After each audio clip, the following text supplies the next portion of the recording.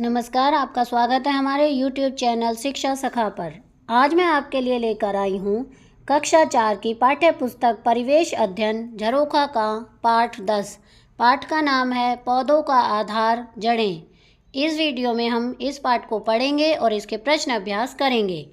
पिछली वीडियो में मैंने आपको पाठ 9 चोंच और पंजे पाठ पढ़ाया था और उसके प्रश्न अभ्यास करवाए थे। अगर आप मेरे चैनल पर नए हैं और अभी तक आपने मेरे चैनल को सब्सक्राइब नहीं किया है तो प्लीज़ सब्सक्राइब कर लें और बेल आइकन को ज़रूर दबाएं।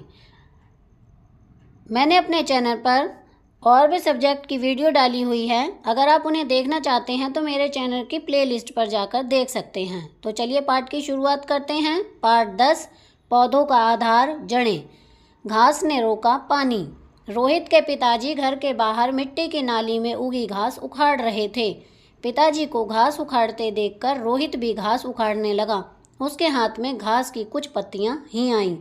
उसके पिताजी ने कहा, रोहित, यह घास जमीन के अंदर तक फैली हुई है और जमीन को जकड़े हुए है। अंदर से खुरपी लेकर आओ और इसे जड़ समेत उखाड़ दो ताकि यह दोबारा न उगे। रोहित खुरपी ले आया और घास को खोदने लगा। उसने पूछा, पिताजी, घास के नीचे ये धागे जैसे गुच्छे क्या निकल रहे हैं? पिताजी ने कहा, ये ही तो घास की जड़ें हैं। रोहित और उसके पिताजी ने जमीन खोदकर घास को जड़ सहित निकाला और पास में ही डाल दिया। 2-3 दिन बाद रोहित ने देखा कि निकाली गई घास सूख गई थी। सोचो और लिखो, हाथ से घास उखाड़ने पर रोहित के हाथ में पत्तियां ही क्यों आईं? उत्तर है, ऐसा इसलिए हुआ क्योंकि घास की जड़ें जमीन के अंदर तक फैली थीं। प्रश्न 2, रोहित खुरपी क्यों लाया? उत्तर है, रोहित खुरपी इसलिए लाया ताकि घास की जड़ों को खोदकर बाहर निकाल सकें। प्रश्न 3, पेड़ पौधों का जमीन के अंदर वाला भाग क्या कहलाता है? उत्तर है, पेड़ पौधों का जमीन के अंदर वाला भाग जड़ कहलाता है। प्रश्न 4, यदि घास की जड़ें न होती तो क्या उसे उखाड़ना हाथ से आसान होता? उत्तर है, हाँ, बिना जड़ों के घास को हाथ से उखाड़ना आसान होता। अगला प्रश्न, जड़ें पेड़ पौधों की क्या सहायता करती हैं? उत्तर है, जड़ें पेड़ पौधों को सीधा खड़ा रहने में मदद करती हैं तथा जमीन से पोषक तत्व खींचकर पौधों को भोजन प्रदान करती हैं। पता करो, घास को ऊपर से काटने पर वह दोबारा क्यों बढ़ जाती है? उत्तर है, ऐसा इसलिए होता है क्योंकि घास की जड़ें जमीन के अंदर रह जाती हैं। ऐसा करो, अपने घर या आस पड़ोस में ऐसी जगह ढूंढो जहां घास उगी हो। उस जगह पर थोड़ा पानी डालो। अब घास को हाथ से उखाड़ो। क्या तुम घास को आसानी से उखाड़ पाते हो? तो बच्चों, यह कार्य आपको स्वयं करना है। कक्षा के बच्चों के 5 समूह बनाओ। नीचे दी गई चीज़ों को इकट्ठा करो। चौड़े मुंह वाली बोतल, रुई धागा तथा चने, गेहूं, राजमा, जौ और मक्का के बीज। प्रत्येक समूह अलग अलग प्रकार के बीज ले। 5-6 बीजों को एक कटोरी पानी में भिगो दो। अगले दिन बोतल के मुंह पर रुई को गीला करके रखो। इसे धागे से बांध दो। आप भीगे हुए बीजों को गीली रुई पर रखो। ध्यान रखें कि रुई हर समय गीली रहे। इसे 10-12 दिन तक रोजाना करो। क्या बीजों में से कुछ निकलता हुआ दिखाई दे रहा है? बीज तीसरे और 7वें दिन कैसा दिखता है उसका चित्र बनाओ। तो यह तीसरे दिन तो ऐसा दिखेगा और 7वें दिन ऐसा दिखाई देगा। उगे हुए बीजों को रुई से अलग करने की कोशिश करो। क्या अलग कर पाए? नहीं। तो क्यों? अपने दोस्तों के उगाए हुए बीजों को भी देखो। तो बच्चों, यह कार्य भी आपको स्वयं करना है। सूखे और भीगे हुए बीजों में क्या अंतर दिखा? उत्तर है, भीगे हुए बीज फूल गए थे, उनमें अंकुर फूट गए थे, जबकि सूखे बीज कठोर थे। जड़ किस तरफ उगी? उत्तर है, नीचे की ओर। प्रश्न है, जड़ों का रंग कैसा था? उत्तर है, सफेद या हल्का भूरा रंग। चर्चा करो, यदि रुई सूखी रह जाती तो क्या होता? उत्तर है, बीजों में अंकुर नहीं फूटते। जड़ें पहुंचाती पौधे को पानी। अगले दिन जब रोहित स्कूल पहुंचा तो उसने देखा कि अध्यापक और कुछ बच्चे पौधों को पानी दे रहे हैं। रोहित ने देखा कि पानी के नल के पास वाले पौधे हरे भरे थे, लेकिन दूर वाले पौधे मुरझाए हुए थे। उसने अध्यापक से पूछा, सर, ये पौधे क्यों मुरझाए हुए हैं? अध्यापक ने बताया, सभी पौधों को बढ़ने के लिए पानी की आवश्यकता होती है। इन पौधों की जड़ों को पर्याप्त पानी नहीं मिला, इसलिए ये मुरझा गए। बच्चे मुरझाए हुए पौधों को पानी देने लगे। सोचो और लिखो, नल से दूर वाले पौधे क्यों मुरझा गए थे? उत्तर है नल से दूर वाले पौधे इसलिए मुरझा गए क्योंकि उन्हें पानी नहीं मिला। प्रश्न 2, क्या पौधे तनों या पत्तों से भी पानी ले सकते हैं? उत्तर है नहीं ले सकते। बच्चों ने 2-3 दिन बाद देखा कि जो पौधे मुरझा गए थे वे पानी देने के बाद फिर से हरे हो गए थे। उनमें नई पत्तियां भी आने लगी थीं। एक बच्चे ने अध्यापक से पूछा, सर ये बड़े पेड़ तो पानी दिए बिना ही हरे हैं, इनको पानी कौन देता होगा? अध्यापक ने पास में उगे छोटे पौधों की ओर इशारा करते हुए कहा, इसे जड़ सहित उखाड़ो, देखो इसकी जड़ छोटी है या बड़ी। एक बच्चे ने पौधा उखाड़ा और जड़ों को देखकर कहा, सर इसकी जड़ें तो छोटी हैं। अध्यापक ने कहा, अब इस पीपल को उखाड़ने की कोशिश करो। बच्चों ने कहा, सर यह तो नहीं उखड़ेगा। अध्यापक ने बताया, बड़े पेड़ों की जड़ें जमीन में दूर दूर तक फैली होती हैं, वे गहराई तक जाकर जमीन से पानी को सोख लेती हैं, इसलिए बड़े पौधे हरे भरे रहते हैं और सूखते नहीं हैं। सोचो और बताओ, खरपतवार का छोटा पौधा आसानी से क्यों उखड़ गया? उत्तर है खरपतवार का छोटा पौधा की जड़ें भी छोटी होती हैं जो जमीन के अंदर तक फैली नहीं थीं, इसलिए पौधा जल्दी से उखड़ गया। पीपल का पेड़ क्यों नहीं उखड़ा? उत्तर है पीपल का पेड़ इसलिए नहीं उखड़ा क्योंकि उसकी जड़ें जमीन के बहुत अंदर तक फैली हुई थीं। प्रश्न अगला, तुम्हारे आसपास ऐसे और कौन से पेड़ हैं जिनको कोई पानी नहीं देता फिर भी वे हरे भरे हैं?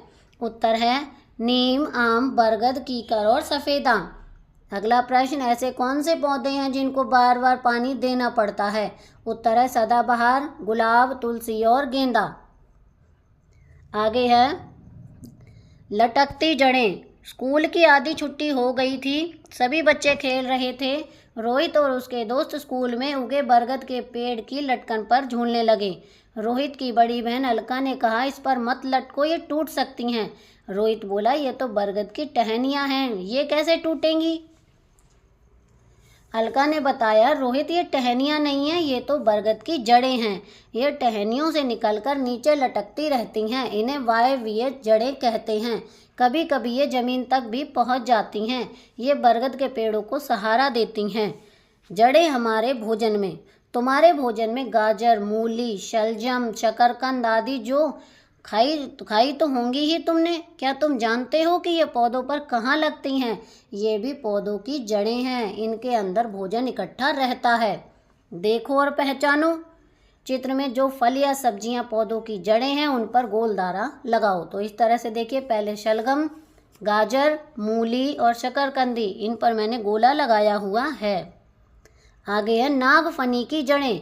नागफनी, कैर, जाटी, बेर, झाड़ी आदि कांटेदार पौधों की जड़ें जमीन के नीचे जाल की तरह फैली होती हैं, ये गहराई तक जाकर पानी को सोख लेती हैं। पता करो और लिखो। कुछ कांटेदार पौधों के नाम लिखो। नागफनी, कैर, जाटी, बेर और कीकर।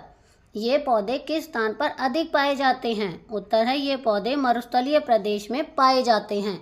चर्चा करो। रीना के गांव में तेज आंधी आने पर नीम के पेड़ की टहनी तो टूट गई लेकिन पेड़ नहीं उखड़ा, क्यों? इसका उत्तर है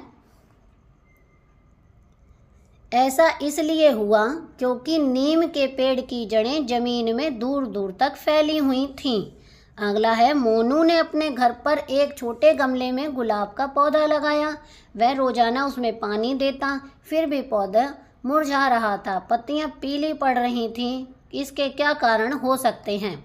उत्तर है पौधों को मिट्टी कम होने की वजह से पूरा पोषण नहीं मिल पा रहा होगा। आगे है ऐसा करो। खरपतवार के एक पौधों की जड़ों का अवलोकन करो और उनका चित्र कॉपी में बनाओ। तो ये कार्य आपको स्वयं करना है। अगला है चित्र में बिंदुओं को मिलाओ, इनमें रंग भरो और जड़ों के नाम लिखो। तो यहाँ पर देखिए, मैंने इनको मिलाया है बिंदुओं को, और इनके नाम है मूली, गाजर और शलगम। आगे है आओ ये भी करें। नंबर 1, खाई जाने वाली कुछ जड़ों के नाम इस वर्ग पहेली में छिपे हैं, उन्हें ढूंढकर लिखो। तो यहाँ पर देखिए, मैंने नाम लिखे हैं जिनकी जड़ें होती हैं शलजम, मूली, चुकंदर और गाजर। नंबर 2, देखो और लिखो। ये पहले चित्र में देखिए, इसकी जड़ें इस तरह से होती हैं नीम के पेड़ की। ग्वारपाठा की इस तरह से और घास की जड़ें इस तरह से होती हैं। चित्र में दिखाए गए पेड़ पौधों को पहचान कर इनके नाम लिखो। इन पौधों की जड़ें इनके नीचे दिए गए बॉक्स में बनाओ। तो मैंने बना दी हैं बच्चों, आप भी इसी तरह से इन्हें बना सकते हैं। आगे, किस पेड़ की जड़ें लंबी होंगी? उत्तर है नीम के पेड़ की। किसकी जड़ें छोटी होंगी? उत्तर है घास की। आगे है, किन को हाथों से हम उखाड़ सकते हैं? उत्तर है घास को। अगला प्रश्न है, क्या जड़ों की लंबाई का पौधों की मजबूती से कोई संबंध होता है? उत्तर है हाँ, जिस पौधे की जड़ें जितनी लंबी होंगी वह पौधा उतना अधिक मजबूत होगा। नंबर 3, ऐसा करो, 2 ट्रे लो, प्रत्येक में थोड़ी थोड़ी मिट्टी डालो। एक में घास लगाओ, दूसरी में केवल मिट्टी रहने दो। दोनों को टेढ़ा करके देखो। कुछ दिनों बाद उनमें ऊपर वाले सिरे से पानी डालो। देखो किस ट्रे की मिट्टी नीचे की ओर बह गई और किसकी मिट्टी नहीं बही।